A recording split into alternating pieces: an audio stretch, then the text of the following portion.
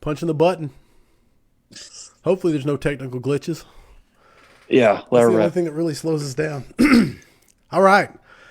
Firehouse Vigilance, Corley Moore, Weekly Scrap, number 51, special guest, Gary Lane.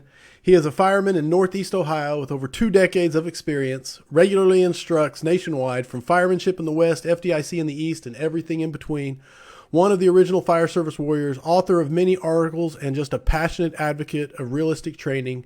He's with Mission First Concepts, Brothers in Battle. It is my pleasure to have you as the guest on Weekly Scrap, number 51. Welcome, Gary. Yeah, I feel like you're introducing a whole different person. I'm your hype team. Sounds like, yeah, no kidding. Holy cow. That's a lot. Well, welcome, man. It is an honor to have you on the show, and I'm looking forward to everyone watching live. If you have questions for Gary or myself, please don't hesitate to send them in the comments. Did I miss anything in the intro? Is there anything you'd like to add? Dude, I don't know. That's pretty embarrassing. That's a lot of stuff. It is. It puts you on the spot. I get that. Yeah. I don't know. I'm sure that's more than enough. Fair enough. All right, brother. Pushing right into my first question for you, our first topic of conversation, and it's my first exposure to you. I never heard of you before I saw this, and it was most people. Fair enough. The Book of Andy, compiled by Gary Lane. So, talk to me about how that came to be and its impact. Yeah. So, I kind of talked about this before with pretty much anybody that asks. Is I came upon Andy's work probably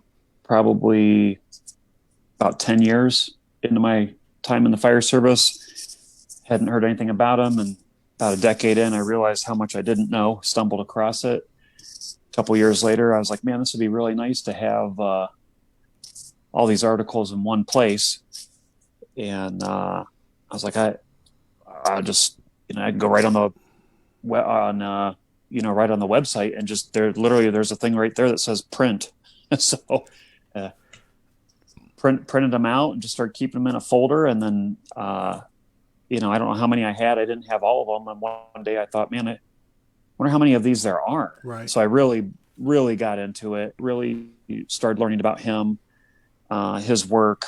Of course, this is post 9/11. Right. So again, I was late to the game, unfortunately, with this, but I tried to make up for it, found as many articles as I could, and started just kind of putting them in order and printing them off for myself. And I just was like, what would be really cool is if I could just basically make these up and give them out to my friends, and or anybody that I came across that knew about him or was interested in that information. So that's basically what I did. Right.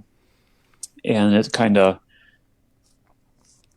of snowballed, I guess, from there. I don't know. I don't know how many people have it. I made my wife's upstairs sleeping, so I guess I can say this. I'll say it quietly. I probably spent a couple $1,000s of my own money printing them up at a print shop here in my city, having it bound, and then mailing them to people whenever they asked for Sure. free for them. So I would just pay for it. Usually what I would do is just, if I taught a class and had some money, or a couple other things I had been doing on the side, making a little bit of money. And if I had a couple hundred, I'd make a dozen copies and send them out. And then next time I had a couple $100, I'd make a couple more. And so I just kept doing that. So the impact it's had on me, it's been really cool to know that that's in the hand of people. I have a hard time reading too long on the computer, so that's kind of why I wanted that physical handwritten copy. Yeah, the physical copy. Yeah, thanks, absolutely. Corey. And I don't know. It kind of took off when I know it made its way into like a PDF right format, and I think that's probably what most people have. Well, let me put it this way: if you have one that has my name on it, that's not the one I made up. That somebody else added my name. Gotcha. We don't Okay. have to. We don't have to get into that. It was a nice. It was nice that the guy wanted to do it. But if you happen to have a copy that doesn't have a name on it, that means it came from me originally, because Gotcha. I just wanted it to be let the work speak for itself. It doesn't need. And let's put it this way, dude. And anybody could have copy pasted and spell checked Right. an article. You know what I mean? Right. So yeah, but I don't know. I still look at it all the time. No, it's phenomenal, man. I've got So a little library that I keep a little clipboard by in my office, and people can come check books out of it and just sign them out. So I had to put the clipboard because I kept loaning out books and never getting them back. But one of them is right now is a 2-year corporal's reading the book of Andy, compiled by Gary Lane, so it's not one of yours, but it does say it on the cover. You know what? Just put a little, just put a sticker over it. Do whatever. It doesn't matter. Whatever. I don't care. Fair enough. I'm psyched that people are interested still in his work. I think it's relevant still. I think if you read it now, it's pretty impressive that 20 years ago, more than 20 years ago, I think the first article was like 1995. And it blows me away. Like those articles could be printed today. Yeah. And they would be accurate. Even with all the UL and NIST studies and everything. Yes. Yeah. Amazing what, some of these old firemen knew, even though maybe they didn't have some of the terminology or the technology. They still knew it. And right. It's pretty cool. No, that's amazing. All right. Now moving on. I know that 2020 and the COVID and just I don't know how you put a label on 2020 really, but it's played hell with conferences, live gatherings. But I wanted to talk to you about Mission First, Brothers in Battle, Rogue Training, how it came to be, your vision for it, etc. Kind of its mission, its vision, and just talk about it. Yeah, well, I think. Sorry, I'm just writing notes to myself here. Yeah, dude. That's what I'm staring at.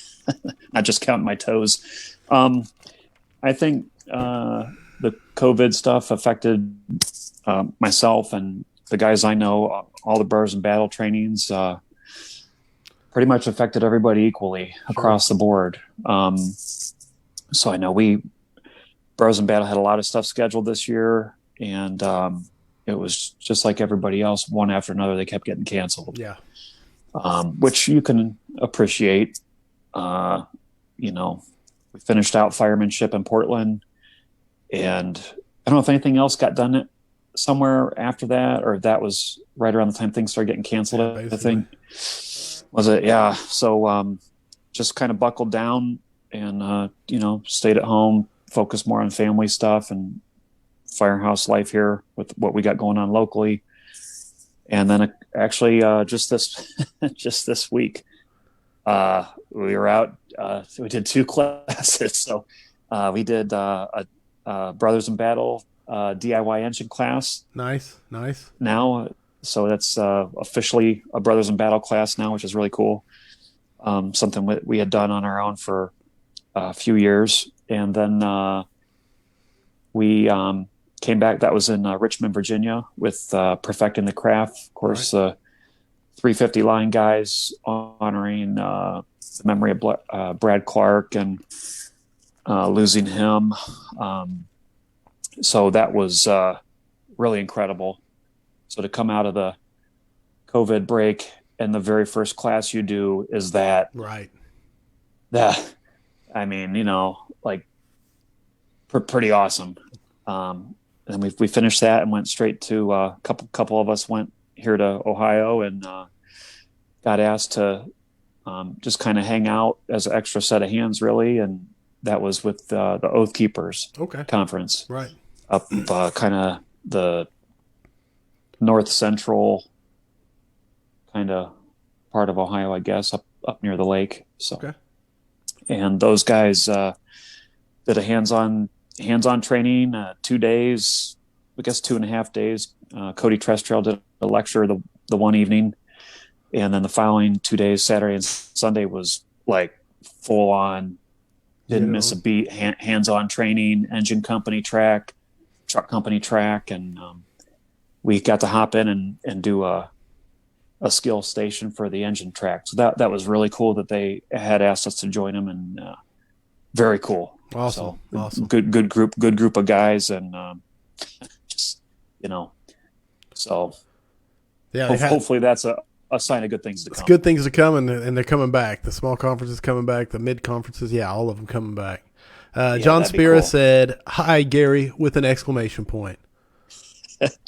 John friggin' Spira. Yeah, man, that dude. You got some dirt? I don't have any dirt, Okay. man. I don't want to say any dirt. Even if I did have it, the That's guy's fair. like 3.5 feet tall, and he is a friggin' workout ninja. He's so full of motivation.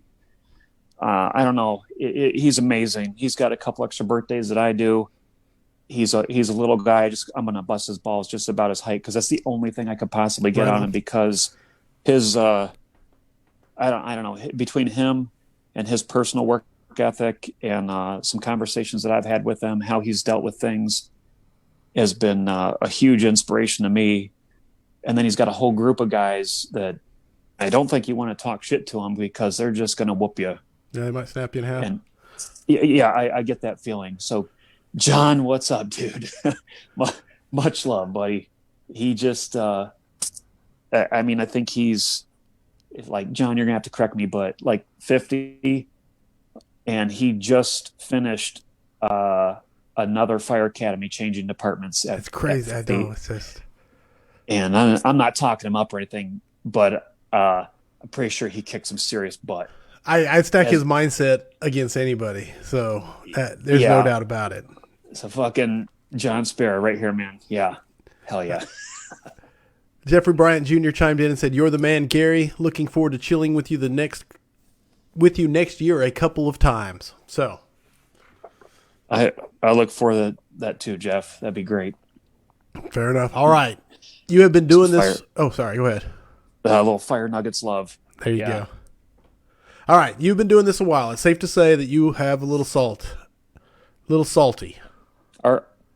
It's artificial seasoning. All right, artificial seasoning. Fair enough. There's some guys with some salt. I have artificial seasoning. Okay, I'll take that as a humble answer. But what do you think are some of the biggest lessons that you have learned over your 2 decades?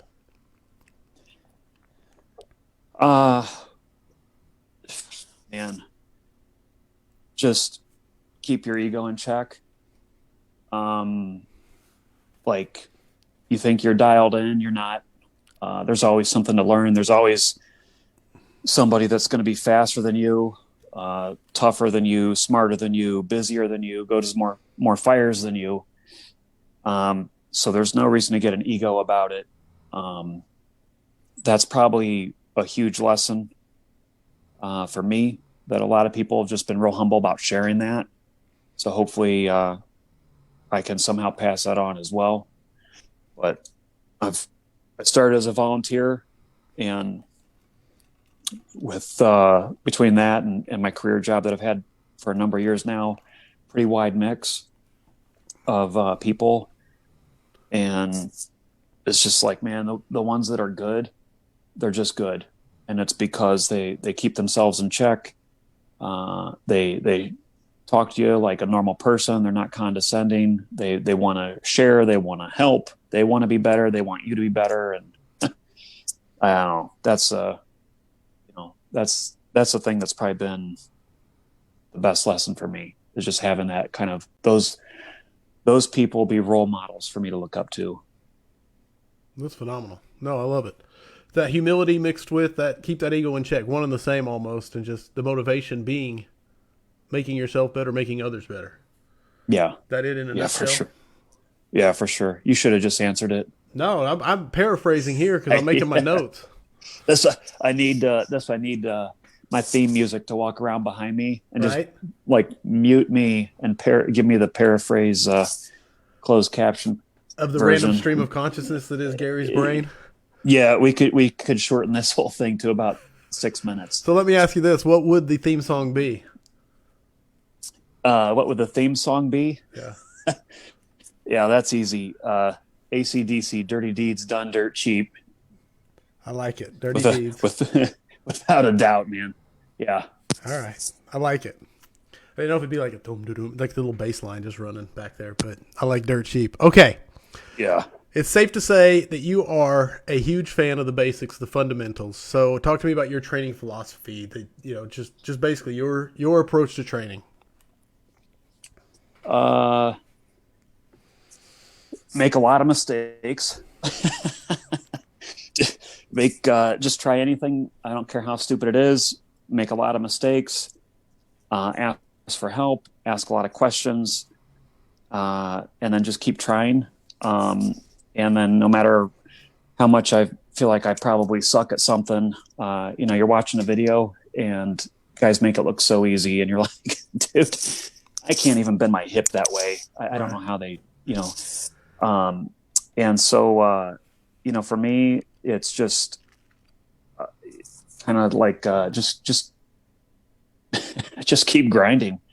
No matter what, you're just going to put in the repetitions. It doesn't matter how ugly it is. Eventually you have a light bulb go off, and you start to figure things out, maybe for yourself. And if you're smart, and I haven't been sometimes, but if you're smart, you'll take classes and reach out to people sooner rather than later, and get one-on-one coaching from. Oh my God, there's so many good people. I mean, you've had some on your show, obviously, but I mean, there's just so many good people out there now, and it's so easy. Yeah, just literally to shoot a text. I mean, literally about anything, and you're going to get almost instant feedback. Right. That's amazing. So for me, it's just you basically don't give up. I don't care how frustrating it is. Like, I'm just not going to give up. I'll just, plan A, I'll just beat into the ground. And then when I realize it's not working, I'll go to plan B. Right. Yeah, man, I just put in the repetitions, no matter how crummy your situation is, just put in the repetitions, no matter what. So put in the reps. Yeah. Make mistakes often, put in the reps, ask a lot of questions. Love it. Put in the reps. Yeah. So that's funny. You say just shoot out a text and get a response. We posted a video one time. It was just us training with the 2.5. But someone had said, I don't know where we got it. It was an article found on the internet somewhere about putting like a 3-foot section, a stinger, on the end of the 2.5 right in front of the nozzle. And so we did it. And we filmed it. We filmed it in slow motion. I think it was a pretty cool video of the slow motion. But that was the whole reason we posted. But it got a ton of traction and took off. Very short little video. But it was talking about reducing the nozzle reaction, which I now know it has nothing to do with reducing nozzle reaction, but it's not the point. At the time, I did not. Yeah. And the funny part is one of the replies in the Facebook post was some guy came on there and posted like this novel. It wasn't a novel, but it was a couple paragraphs of why it was. I was like kind of offended. I'm like, who does this guy think he is? You know what I'm saying? And so I was typing back my reply because in my ignorance, and luckily I didn't hit send because it was Dennis Laguerre explaining exactly what was going on with the water. But yeah, it was humbling. only a couple paragraphs long. Yeah, the guy is very, I don't how to say it, very good at explaining in the written word. Oh yeah, you got to make sure your cell phone's plugged in and charged up when you talk to him, and that you're taking notes because he says shit, and you're just like, dude, I have to write that down. Right. I just copy pasted a comment of his. Like literally copy pasted it and saved it to my phone so I could read it later because I'm just like, I'm not going to remember this. I have to write stuff down. You got to take notes and process and come back and revisit and then yeah, right. Fact check. Yes, absolutely. Yeah. But that's awesome. So moving on to realistic training. We are typically, and this is my own take on things, kind of just right now, realistic training, tough to do. We are typically asked to train with low temperature, low pressure Class A fires inside of a Type 1 construction type building. That's just kind of our, what we're asked to do, generally speaking. It's not really real world compared to the high temperature, rapidly expanding, basically Class B modern fuels that we deal with. How do you keep it as realistic as you can? What's the middle ground, the sweet spot between playing pretend and making it realistic? Well, first off, I'm not embarrassed to say that I have to play pretend. Right on. If that's all you got, I'm sorry to say, I don't care. Right on. I may or may not have a pool noodle, like literally a foam floaty pool noodle, that makes a great piece of hose line if you're trying to figure out, how to drop into a certain position, and you can't be in full gear, in smoke, in cluttered conditions, and all, people screaming in the radio. Like, there's just places that don't have that as an option. Do I think a pool noodle is a replacement for real fire? Hell no, of course not. That's stupid. But a pool noodle is a replacement for watching a YouTube video from a recliner, or watching a YouTube video and doing nothing but criticizing other people out doing stuff. So right off the bat, what I'd say, Corley, is if all you have is the apparatus bay or your make-believe pool noodle, right, or one other guy who's willing to go out in the, God forbid you go out in the parking lot and film a video and get crucified on Facebook. This is the internet. You're fine. Yeah. But I've been there, man. Hey man, guess what? If I'm going to think that, the end all be all of fire training would be the acquired structure with everything loaded up, burning somewhat realistic stuff and good conditions, that sounds awesome. But that means I may go years between doing a live fire training. Getting your reps. Well, what am I supposed to do in between then? You know what I mean? Sure. Like just, count my fingers and toes and then hope some dude from big city USA just drops some knowledge on me. Like, I'm not going to do that. Back to the training thing, I'm just going to reach out and ask questions, and then I'm going to figure it out on my own. And if people don't like you training in a parking lot, well, maybe it's because your parking lot training is, so minimal that you're just not creative with it. And that's, so I guess let me give an example. Do we have time? Can I? No, okay. You can go down any rabbit hole you so choose. Yeah. Free reign. Yeah, bud. Thank you. I appreciate that. So here's what I would say. Good, bad, and different. I will film myself and I'll post. I'll share some of them on the internet. I get a lot of hate mail, which is to be expected, and I just don't care. At this point, it's gotten pretty old and it's just stupid. But I do it to either send it to myself so I can watch it and try and learn why I'm moving a foot a certain way, or I send it to a friend who I respect and say, hey man, can you look at this and tell me what I'm doing wrong as I try and, hit the half landing on this staircase and turn left? I can't figure out how to move my body. And then I get feedback. So if I was out front by myself, as the example, this is the thing everybody makes fun of, is the dude training in the parking lot. Yeah. Hey, confession time. I work in a small department. We don't have shit for training facilities.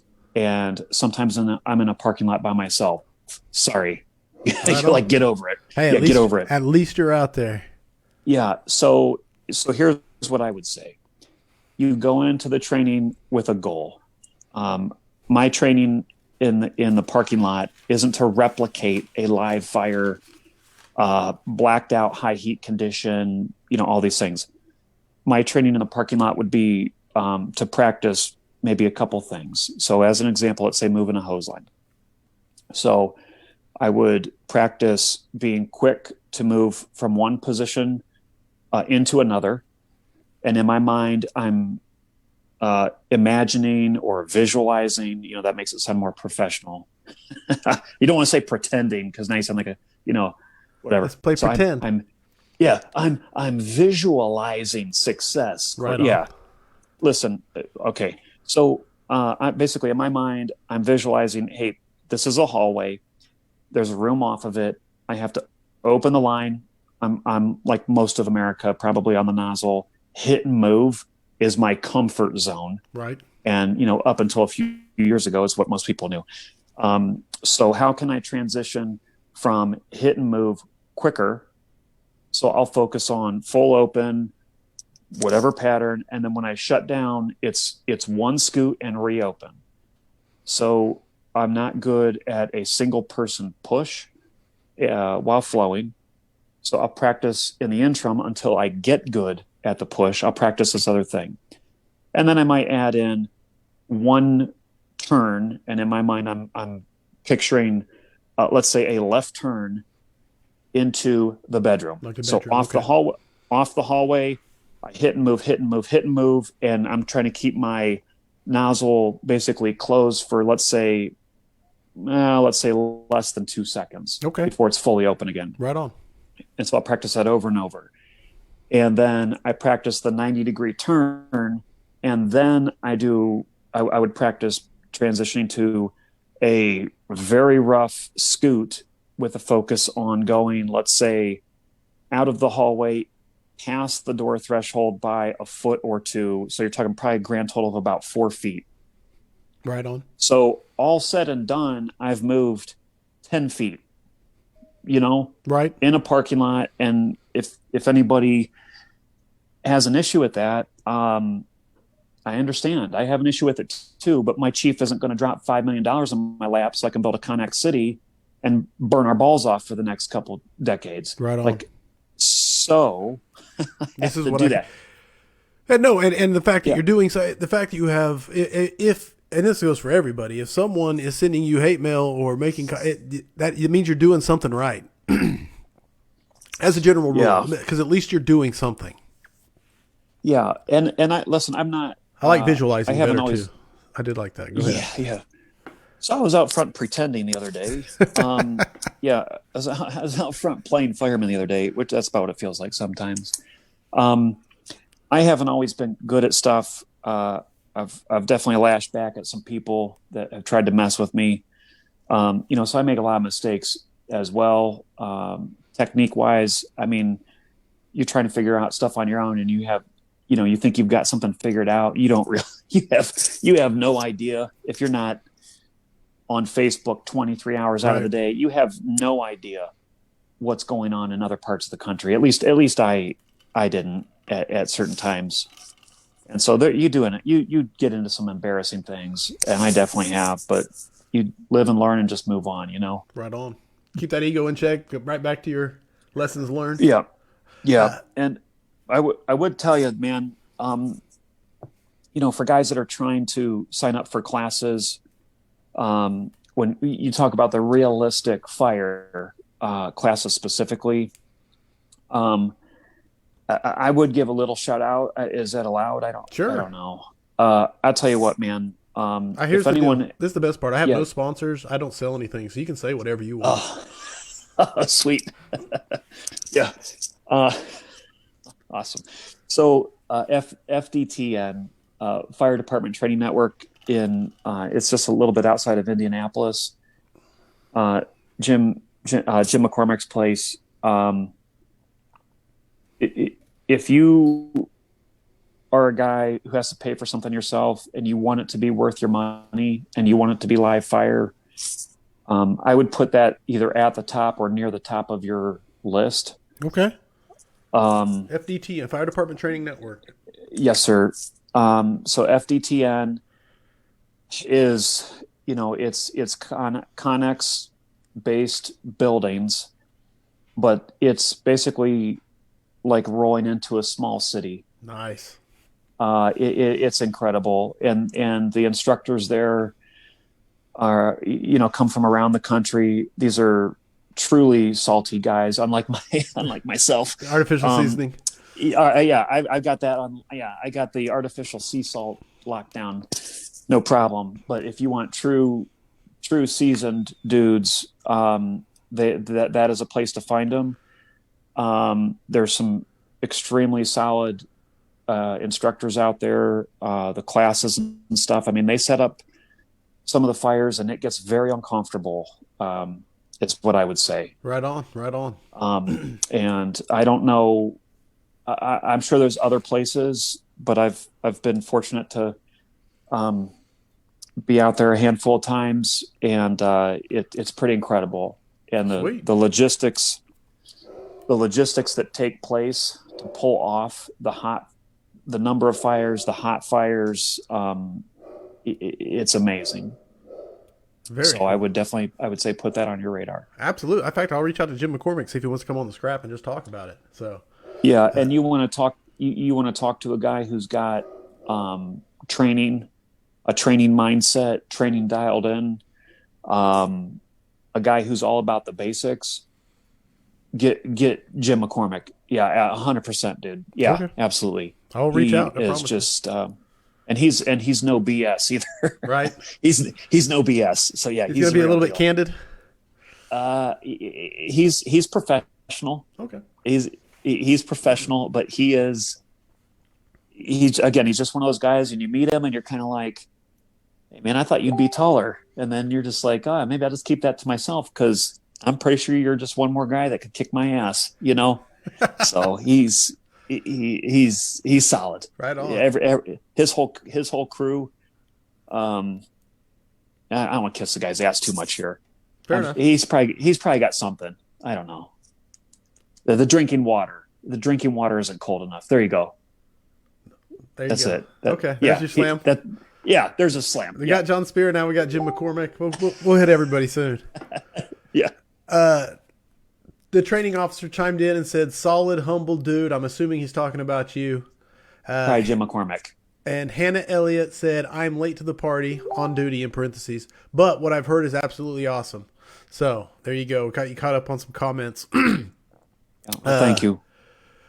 We already covered playing pretend. And so visualizing and training. I'm going to try and use that more often than saying playing pretend.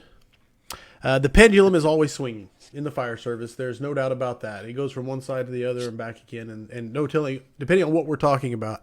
I think Andy, you know, like you said, in 95, he was writing those articles. His hey kid, you don't need that nozzle speech from FDIC is just amazing. Oh yeah. So far ahead of its time. And his effects are still being felt. Like I said, people still reading the book of Andy. And then, of course, you go to Christopher Brandon, the fire service warrior, and the reverberation of people like yourself and Brush and the ripples being felt throughout the fire service over the last few years. And like I said, the pendulum's always swinging. And I don't think the fight is won by any means. But what do you see in being as like the cultural war of the fire service moving forward? Or the next battle, or I don't know the right words to use to describe what I'm asking. No. But you get my point. Yeah. Well, Corley, you and I will get along just fine because I can rarely find the right words. There you go. Yeah, that's why I usually just drop F-bombs in between everything to fill like in the it. gap. Yeah, I would say, honestly, I think the biggest fight right now is, well, you know, I'm sure it's all regional or local, depending who's where. But honestly, it seems like there's such a push for technology to either make us safer or make our job easier or whatever it is. And I think it's become a crutch. Dare I say excuse? I don't know. Oh, that's a very good word. Yeah. I think it's easy for people to say, well, we got to get the, what's the Target Solutions? Is that the one people are always making fun of? Whatever it is, you know, you got a couple firehouses and you want to get your daily training in. You're going to hop on the joint computer system and everyone's going to log in and do their thing, probably in their own friggin' bunk room. You know, they got their own internet connection and I mean, really? Right. How about, here's a thought, and this is a little out there, hold on, guys. I don't know, maybe make a pot of coffee and sit at the kitchen table and then just be like, all right, when was the last time we had a mutual aid fire? Let's say I work in a small town, so we go to other cities. Um, if you're from such a place, you understand mutual aid. Oh, absolutely. Drop a cup of coffee, sit at the table, and you say, when was the last time one of us went to a mutual aid fire? What was the first thing you did when you got on scene? Explain why, and then just let the conversation happen. So that's just, I mean, that's a random idea.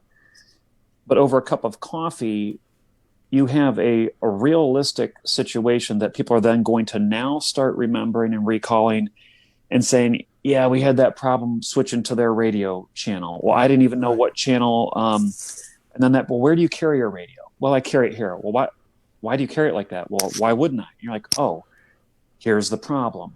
We spent too much time doing our friggin' PowerPoint lecture. No one ever showed this kid how to carry his damn radio the right way and explained why based on experience, I guess. I don't mean to say that in an arrogant way. Please, No, I hope absolutely. That No, I don't think it's. I don't think you have an arrogant bone in your body, Gary. I'm sure I do. I could probably find it. Fair enough. I'm sure I do. So I would say, like with that, and you're like, oh, well, this is easy. Everybody grab your cup of coffee. Let's meet out behind the ladder truck. Everybody grab your radio and come out. Let's just go over it. It'll take 15, 20 minutes. And one by one with your crew, you could explain, hey, how do you carry your radio? Well, I carry mine like this. Well, what happens if you're in a fire? Well, what happens if you're in this position? That, whatever it might be. But instead of that, we want to hide and, do things on the computer or, go online to this friggin', what's the, you can go get all your EMSC online by watching 8,000, 45-second videos Right. and answering the quiz. Well, let me tell you, man, I've been a medic since 2001 or 2002, I think. I mean, I failed the test 4 times, so yeah, passed it on number 5. Right what do you on. expect? Yeah. So I've been a medic since then, and it's like, the trainings I remember the most. It's the hands-on training with the knowledgeable instructor who was passionate and then took the time to give you the down and dirty, hey, this is how it actually happened on the street. We're not going to intubate like that because that's dumb. It's not going to work. What you're actually going to do, and we just learned this the other day, we're cracking up about it. Like, oh, you're just going to kick the laryngoscope 45 degrees and you're just like, really, dude? Like, I could have used this knowledge 10 years ago. Right. So we need to be very careful in the fire service, my opinion, on how much we're going on the technology stuff to fill in the gaps. And I think COVID, man, played right into this for the people that want it. Because there are people that want to do that. They don't want to do hands-on training because it shines a very bright light on your weakness, on incompetence, on lack of confidence, on yeah. I mean, it's the whole reason to have it, isn't it? To find those points, not in an embarrassing way either, just to identify and correct. Yeah, well, I think depending on your firehouse, you might work with some real unpleasant people. There you go. And you may not want to just be kicked by them repeatedly over the course of your entire career because it just sucks. So for those that work in a good firehouse or a good department, it's very easy to be open with your mistakes and get those repetitions in and ask for help. But if you're in a very toxic environment and all you're doing is getting beat down constantly, I don't blame people. They just want to go and hide. Sure.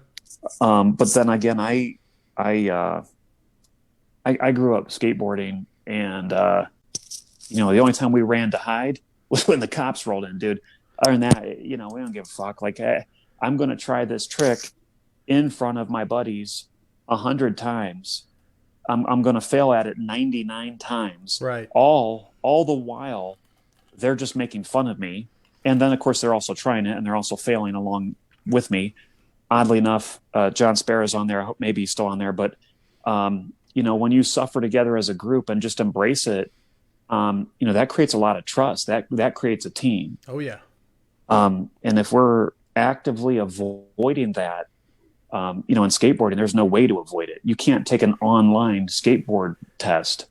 You go out and you wreck yourself, and everybody sees it. It's embarrassing, and you get up and you get another rep, and eventually you land it, and it's rough.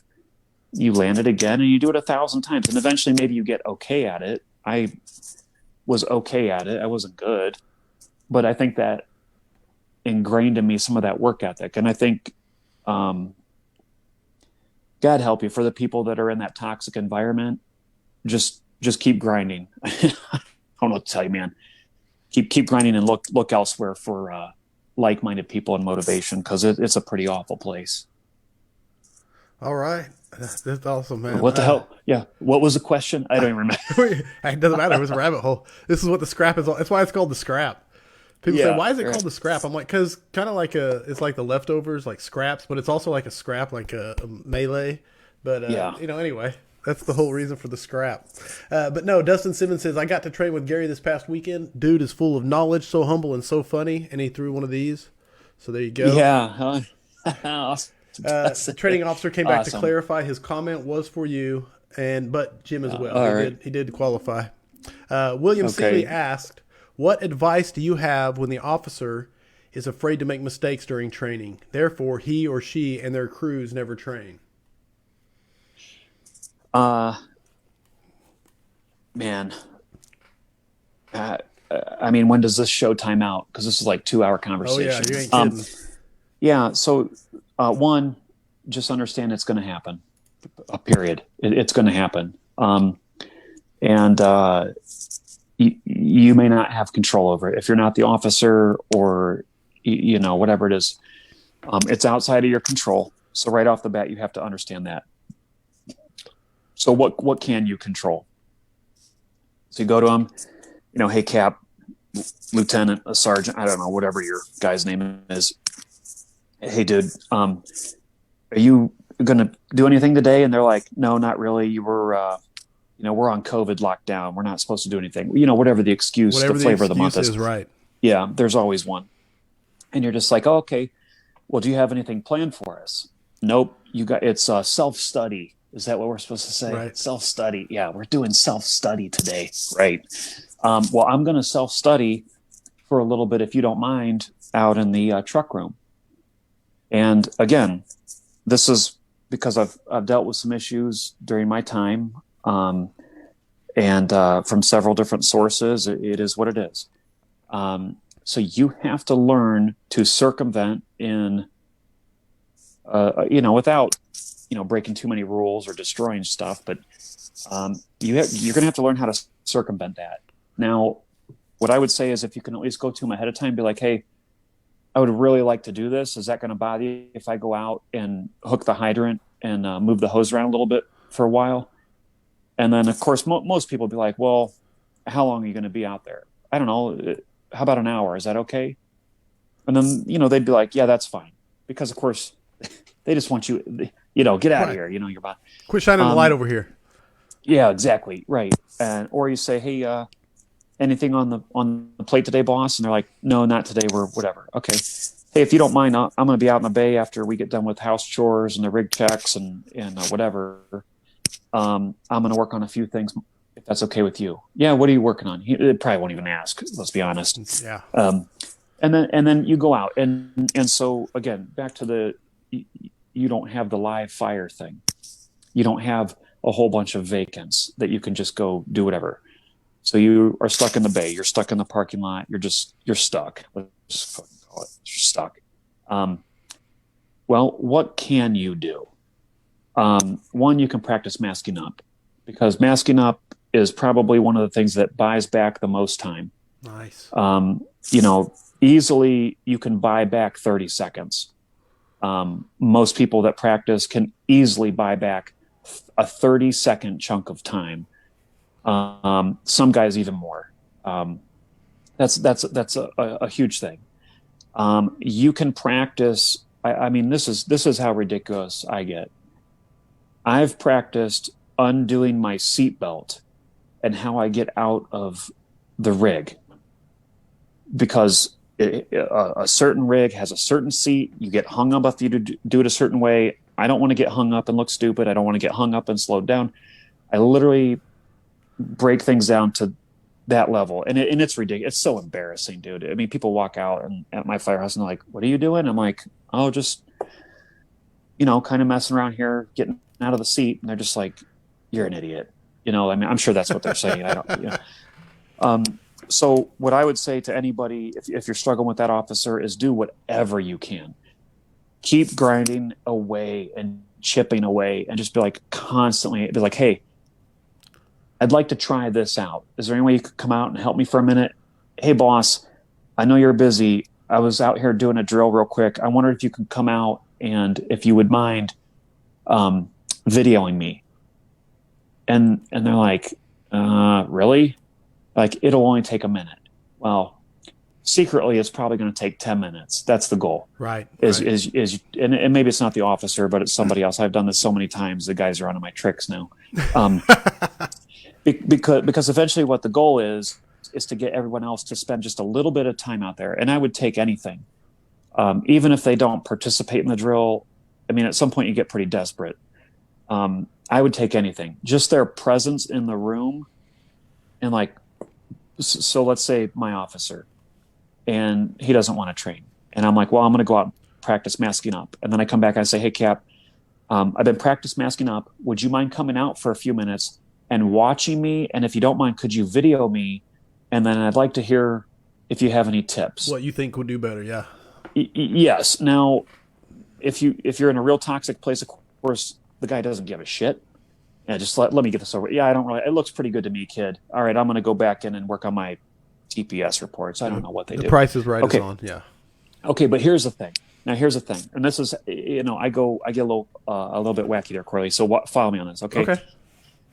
So you get this. They come out. You mask up. You're like, all right, boom, boom, boom, and you mask up. And let's say you're like hitting solid 15-second mask up times, which I think is respectable. I think that is probably realistic for most people. Should be able to expect to hit around 15 seconds in any number of different ways. Sure. And I don't care how people mask up. So your officer sees that. He doesn't participate. He doesn't have any input, but he sees it and he times it and he tells you, hey, man, that one was 15 seconds. That one was 17. That one was 14. That one, hey, great. Keep up the good work, man. And he goes back in his office. Okay, now here's where it comes back. Is now the next time we have a fire, he may actually be like, oh, this is my training guy. I trust him to know how to mask up. So now I trust him to be given this other task. And it makes zero sense sometimes. Right. But if they start seeing you, they will start almost in an unconscious way being like, oh, that's my guy. And then that might get your foot in the door to accomplishing another little training. And dude, this is like some shady shit you're trying to do, right, but for the right reason. Sure. But you have to, and then you have to have like the long game in mind. So to the person with the training, like, dude, you just got to understand, like, this may not change in the next 6 months. This might take 6 years for this to unfold. So you just keep, I wish I knew who to give credit to, but basically it was like a very slow pressure 100% of the time. Like the lightest bit of pressure, always on the gas, 100% of the time. And it's so subtle that eventually you get to the destination. So, dude, I mean, we're all, most people have struggled with the exact thing. So I love it. I love the was it the art of war almost, the long game, everything about it, just the tactics. I was going to say that, Jordan Hemker came in and said small wins very big. Eric Thiel gave you a thumbs up. The training officer said, excellent question. Marco Isom, replying to William. Yeah, he said, I have more respect for an officer that can make a mistake in front of their crew and then say, let's learn how to fix the problem together. Absolutely.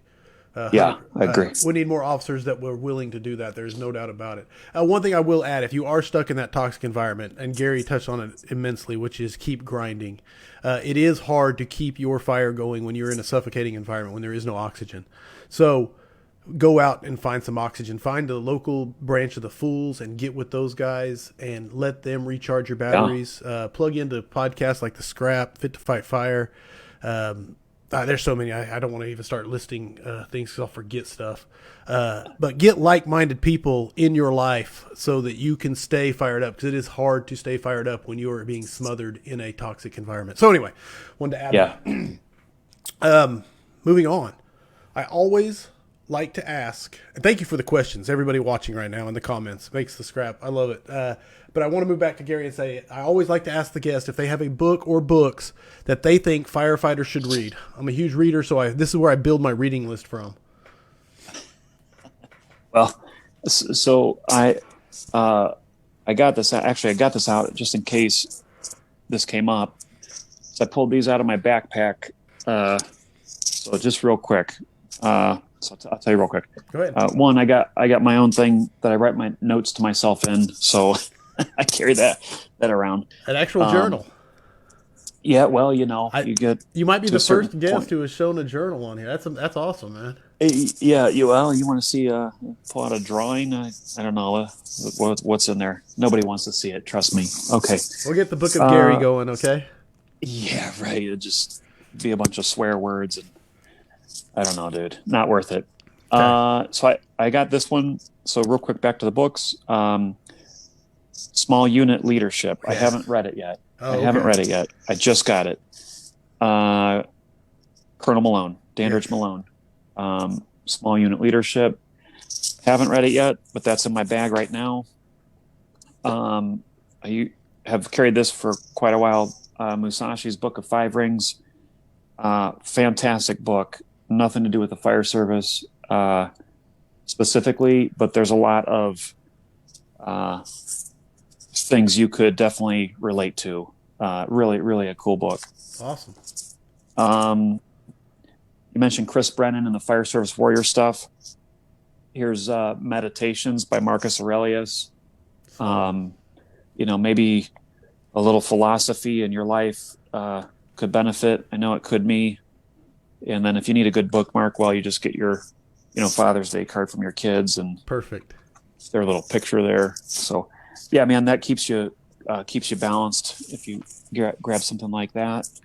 And then just yesterday, I got this brand new book, Firehouse Pranks and Antics, and it's just coming out. It's by a couple guys out west. Okay. John Metz and Jeremy Olson. And they interviewed a bunch of firemen from around the country, talking to them about, funny things that have gone on at the firehouse. Absolutely. And I'm only a little ways into it, and I had a couple that I was just laughing at. You're like, oh my God. So that I just literally got that one yesterday. That is awesome. So that's some lighthearted stuff there. So. One of the number one books that has been suggested on here, I think probably the most, is that Small Unit Leadership.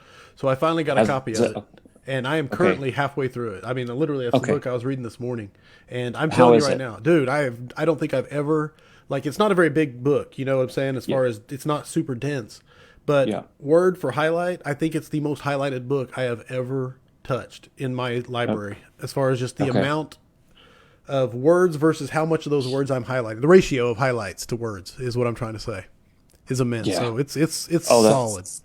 Awesome. Well, I'll look forward to. I'll probably be getting into that pretty soon here. So that's cool to hear. I wish I had it in here because I could show you. I put a little tabs in when I want to make a little small note to myself, because that way I kind of remember a little better, because I forget so much when I read. And that thing looks like a festival. It's festooned with these neon tabs. So. It's a great one. It's a great one. And then I do the same thing, Corley. I do the same thing. Yeah. I just try to make it stick in his brain that leaks so quickly. The training officer chimed in again, and I'm assuming he's talking about your journal, but he asked, is that available for copies? So we want the swear words. Yeah. Well, I don't know. It's I don't know, man. It's I I would just say start your own. Okay, fair enough. You know, get you a little book to carry around. You talk to somebody. You talk to Dennis Laguerre, and you got to write something down. Maybe you find yourself reading. I just opened up here real quick, and here's a Ralph Waldo Emerson. The artist always has the masters in his eyes. I'm going to write that in there. Do I read a lot of poetry? I don't know. Not as far as right? But, my one son's middle name may be Emerson. It may not, whatever. Nice. Maybe you want to just draw a picture of hose and write notes to yourself. I don't know. What I would say is everybody should probably start something like that, because if it's to write things you learn down from a call or a training or some guy on a podcast or an article, you got to write it down, because there's just so much information constantly coming at us. I can't keep any of it straight. You're not alone. You are not alone. My problem is I buy the fanciest looking leather journals that I think are just amazing, and then I feel like nothing is worthy of going in this fancy book. So I have some blank journals laying around. Then I buy little cheap onion skin ones or moleskin, I guess, and then I'll fill those up. So those are okay. Yeah, you got to I just write whatever. I don't try and make it too fancy at this point. I like the illustration. I don't know. All right, Yeah, I'll get my hands on it someday when I meet you. Well, I usually carry it around with me, so if we ever catch up, just say something. Yeah, there's a sweet smooth bore drawing, because why don't you need to draw that? I don't know, dude. Here's a forcible entry prop we were working on at one point. Yeah, just a little peek inside Gary Lane's brain. Yeah, it's whack. Yeah, all right, it's whack. On the scrap, we do a thing called 5 questions for firefighters. And it's so basically, Gary Lane, are you ready for the 5 questions for firefighters? Sure. All right. Some of this we've already touched on. Question number 1. Let me get my notes up here so I don't mispronounce. And we've already kind of touched on this, but I'll let you go anywhere you want. Is number 1, what is the number 1 issue facing the modern fire service? Complacency. That's easy. Easy one-word answer? Keep complacency, and you could take that any way you want. I like it. I mean, Firehouse Vigilance is the never-ending fight against complacency. So I love your answer. That might be the best answer ever to that, according to Firehouse Vigilance. So that's awesome. Yeah, I'm 1 for 1 then. Number 2 is, what is the thing you are most excited about for the future of firefighting? I would say these small conferences that are popping up. I just saw it. I just saw it at Perfecting the Craft in Richmond, Virginia. I just saw it for 2 straight days here in Ohio at the Oath Keepers Conference. The basic skill level of some of these firefighters, dude. The thing I'm most excited about is the fact that some of these guys and girls. I think the one. I think she said she had 6 months. Her nozzle technique was better than mine with 6 months on the job. Her nozzle technique was better than mine when I had 10 years in. Wow. And there was more examples of that than I could count. So the basic skill level that I'm seeing when I've been fortunate to be out at some of these trainings, from young and old, but it really, when you see some of the young people, you're just like blown away that their baseline is light years ahead of where I was at when I had a decade in, Oh, absolutely. Believe me, I do know. Yeah. No, and if I was honest, with 2 decades in, right, some of them, I shouldn't even be teaching the class. When some of these people sober up, they'll realize they shouldn't invite me, and they should have this 2-year guy be demonstrating the technique, because they're dialed. It's amazing. So to me, honestly, I see that. I see the future of the fire department. Here's people that at a young age brand new, they're embracing quality hands-on training. If they can hold on to just a fraction of that throughout their career, we're going to be okay. No doubt about it. I hope. No, Yes. hey, and there's something to be said for leaving it better than you found it. So I know you're humble, and there's a whole lot of you that have been involved in bringing that floor of that skill level up. But there's a lot of cadres of a lot of good instructors who have made that happen. So leaving it better than you found it there's a big debt of gratitude owed to a lot of. I'm trying to think of the right word. Training cadres that have invested a lot of man hours in making that happen. Yeah, well, I would just tell you real quick on that. The number of students that are coming to these trainings surpasses the amount of instructors that are there putting them on. And those students are then going back to their own part of the country and fighting the good fight. Absolutely. So kudos to the students, to my opinion. Absolutely. So question 3. Best Yes, rank. Best rank or position to have in the fire service? Oh, fireman. Yeah. Duh. Yeah, I don't know, man. I would say, that's what I am. So I guess I don't know anything else. To be that back step, if that's what you call it, the back step fireman, riding in the jump seat. I don't know what you want to call it, but I don't know. As long as I'm physically able, that's where I want to be. Awesome. Forcing doors and spraying water? Yeah, what I like to say is breaking shit and saving babies, but you say what you want. There you go. All right. Like I said, why not? Yeah. Question 4. The best advice you have ever received? Yeah. Okay, so I thought you were going to ask this, so I'm going to throw 2 at you. Okay. I'm writing down breaking shit and saving babies right now.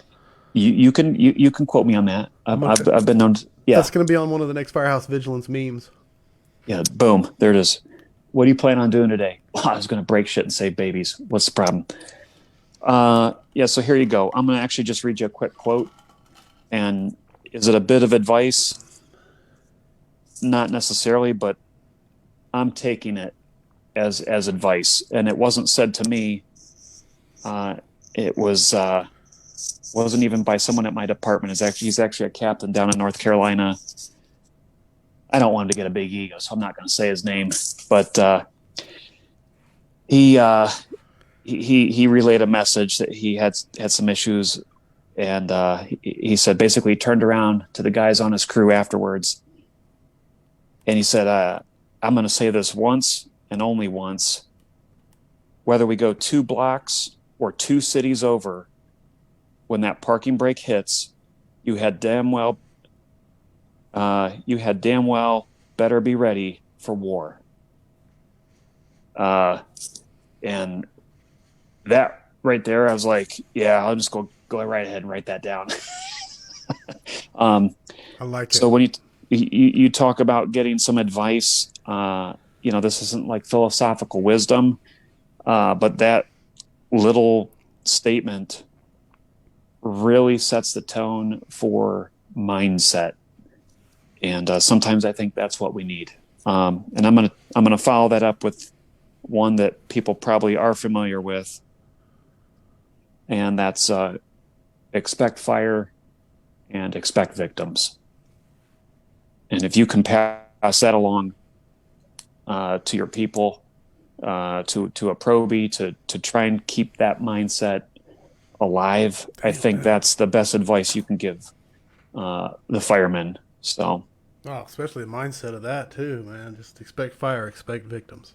Yes, sir. Nice. Man, again, you're blowing these out of the water.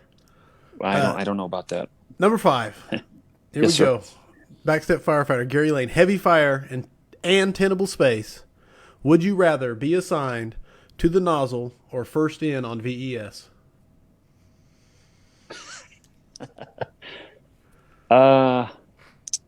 Yeah. Here, I got you. Here, watch this. Here's what we're going to do. I see your fire. Okay. I see your fire, and I raise you one short-staffed engine company that just came from a dumpster fire. and they didn't top their tank off Oh, on the low hydrant. tank water too. Okay, I like it. Yeah, boom.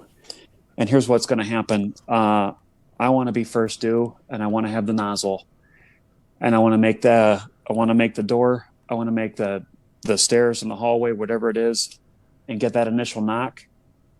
And then I want the nozzle to go limp in my hand, and I want to start heating back up, and I want to come rolling back out the stairs, only to have the officer grab me and say, "Hey, they just said there was a kid in that window," and a fucking boom, straight for the VES. Now, let me just say that's pure 100% pure selfishness when I say that. I have always said yeah. you're not allowed to pick both, but that was done so well. I mean, Yeah. you set up the entire scenario, so absolutely, that might be the best. There have been some good answers to that question. That might be the best answer I've ever had to. Which would you rather? Yeah, well, let me just tell you, I want it all.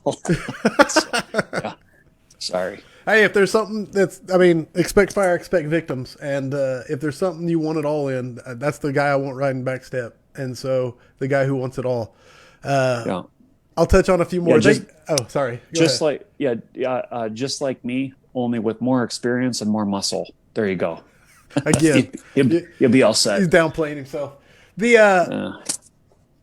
Hannah Elliott asked, that was the 5 questions with firefighters for Gary Lane. I've never had that original an answer on would you rather be assigned. And that was pretty good. So I'm wondering how far you just raised the bar for the future of that question. So only time will tell. Yeah. Okay. We'll see. Hannah Elliott said, Gary, are you able to keep your notes organized? Asking for a friend. So. No, not at all. Absolutely not. No. Timothy Bullard chimes in and said, you cannot learn enough from this guy. I copy and paste his stuff because why wouldn't you? Then finally. Okay. Hey, well, we got a little more ego. What's up, Tim? And then Mike Bernard said, Gary is absolutely the best. What a pleasure to talk to him this weekend in person, finally, and see him interact with people and genuinely care about the students and the job. Amazing. Can't wait to work with him again. So there's a lot of kudos. Awesome. And it was great. Great meeting Mike. And so many people. And it's awesome. And it gets so much motivation meeting all these people. It's so awesome. That is awesome, man. Best place to contact you, book a class, order a book, anything you want to plug type thing. Order a copy of your journal. Yes. Once in a while I do, I'll take like a picture of it and just put it up on Instagram. So maybe you just, I like it. Stalk me on Instagram for the next 75 years and you'll have your own copy for free. Just do one picture a week or something. Yeah. Instead, I'll probably post a picture of me doing some stupid exercise in my driveway. So I like it. Yeah, man. I think for for a class, I just contact Brothers in Battle. You can reach out to Cody Trestrail at Brothers in Battle right on the website. Hit his email. I go through him when we got together with Brothers in Battle, and the DIY engine was kind of our little thing we were doing, and he kept it rolling, which was really nice. But they offer a lot of other classes that are good. Some really solid people. Awesome. And so I would just reach out through there. I'm not very good on Facebook stuff. I actually about 2 months ago just started only getting on Fridays. Facebook Friday. That actually sounds healthy. Yeah, well, I'll tell you what, it freed up some time, and I haven't felt the level of anger as much reading people's hate mail. But I get on Facebook on Friday for a little bit. My Instagram stuff I get on just about every day, and if I post something on Instagram, it'll go over to Facebook. But if you comment or something, I usually won't see it till later. So I guess you just send me a direct message. A private message. I probably get that. Okay. If somebody wants my cell phone number. Do I give that out over this type of thing, or That's completely up to you. You may get inundated with dirty pictures or pool I don't need noodles any. Yeah, well, pool noodles is fine. I'll take that. Okay. I'll tell you what. Just have either on Instagram or Facebook. You can send me a message, email. I guess I can do email, right? Sure. Why not? Sure. If you want to send me an email, you can do Ohio Fire, and then the number 1. So Ohio Fire 1 at Gmail. Ohio Fire 1 at Gmail. Yeah, and then if you, assuming you're not a person from Southeast Asia looking to let me know that there's an inheritance that that Prince you just guy. came across. Yeah, and he wants to give it to a charity, and he needs my help acquiring the name of that. Anyway, I've given him my account many times. I still haven't got the inheritance. Yeah. So no, I would say email me or send me a message, and then I'll just give you my phone over that, and we can talk if somebody wants to do that or Perfect. or whatever. So, Gary, this has been awesome, man. I'm just smiling and laughing. I had Jason Patton on, the guy, the Fire Department Chronicles guy, and I laughed so much for that one. And then I had you on, and now I can't stop smiling. And so, he's a character. I watched a little bit of your thing that you did with him, and I've seen it. These have been so entertaining. I mean, seriously, you're enjoyable, is what I should say. Coming up on the 8th, Lars Axelsson he's the first international, and I say that I had James Johnson on. He's Canadian. I don't think that counts really. So the first international across the ocean guest for the scrap. So Lars will be on. Dave LeBlanc coming after that. Chief Mike Walker, Aaron Quinn, Ben Schultz. These are all coming up. Tonight's guest on number 51 was, of course, the incomparable Gary Lane. Thank you, sir, for being an awesome guest. Oh man, thank you, Corey. I mean, yeah. Everybody listening, I appreciate it. Appreciate Absolutely. the time. Thank you so much. For everybody, thank you for all the questions and comments. You guys truly make this fun. And for everybody watching, I hope the tone stays silent. Unless it is burning, stay safe out there.